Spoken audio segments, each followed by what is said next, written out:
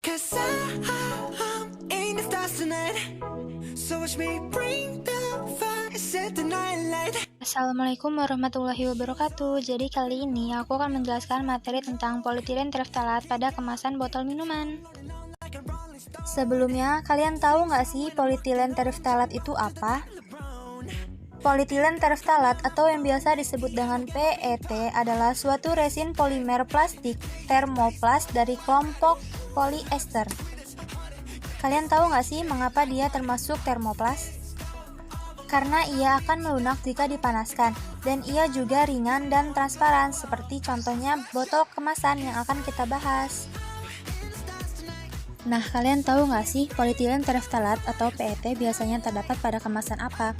Biasanya ia terdapat pada kemasan yang transparan, seperti kemasan di micellar water ini, dan juga terdapat pada kemasan botol minuman yang ada di Indomaret itu, seperti botol Aqua atau Pocari Sweat dan lain-lain. Polietilen tereftalat merupakan jenis polimer sintetis berdasarkan sumbernya, karena ia diproduksi pada pabrik kimia industri. Berdasarkan reaksi polimerisasinya, ia termasuk polimer kondensasi, karena terdiri dari dua gugus fungsi berbeda dari masing-masing monomer. Jadi, karena unit monomernya adalah dimetil tereftalat dan etilena glikol, maka reaksinya seperti ini. Tereftalat ada di tata nama benzena.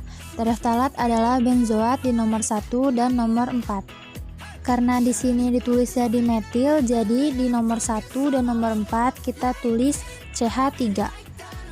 Karena di sini ditulisnya etilena glikol, jadi kita tulis HO CH2 CH2OH.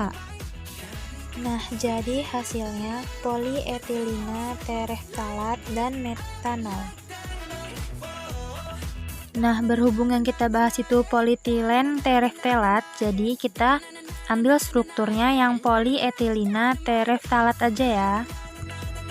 Jadi polimer PET itu dihasilkan melalui reaksi polimer kondensasi seperti yang kita bahas tadi ya.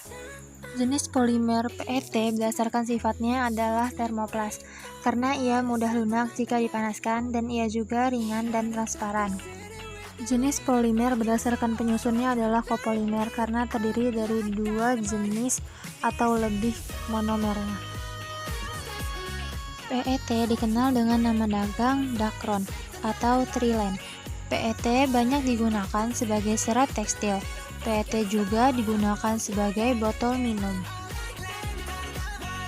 PET dapat berwujud padatan amorf atau transparan, atau sebagian bahan semi kristal yang putih dan tidak transparan, tergantung pada proses dan riwayat termalnya.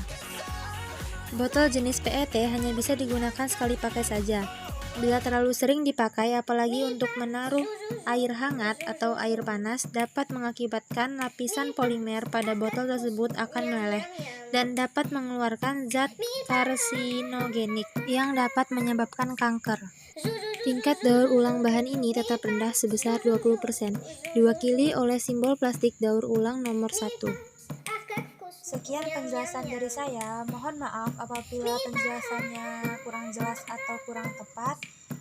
Saya akhiri. Wassalamualaikum warahmatullahi wabarakatuh.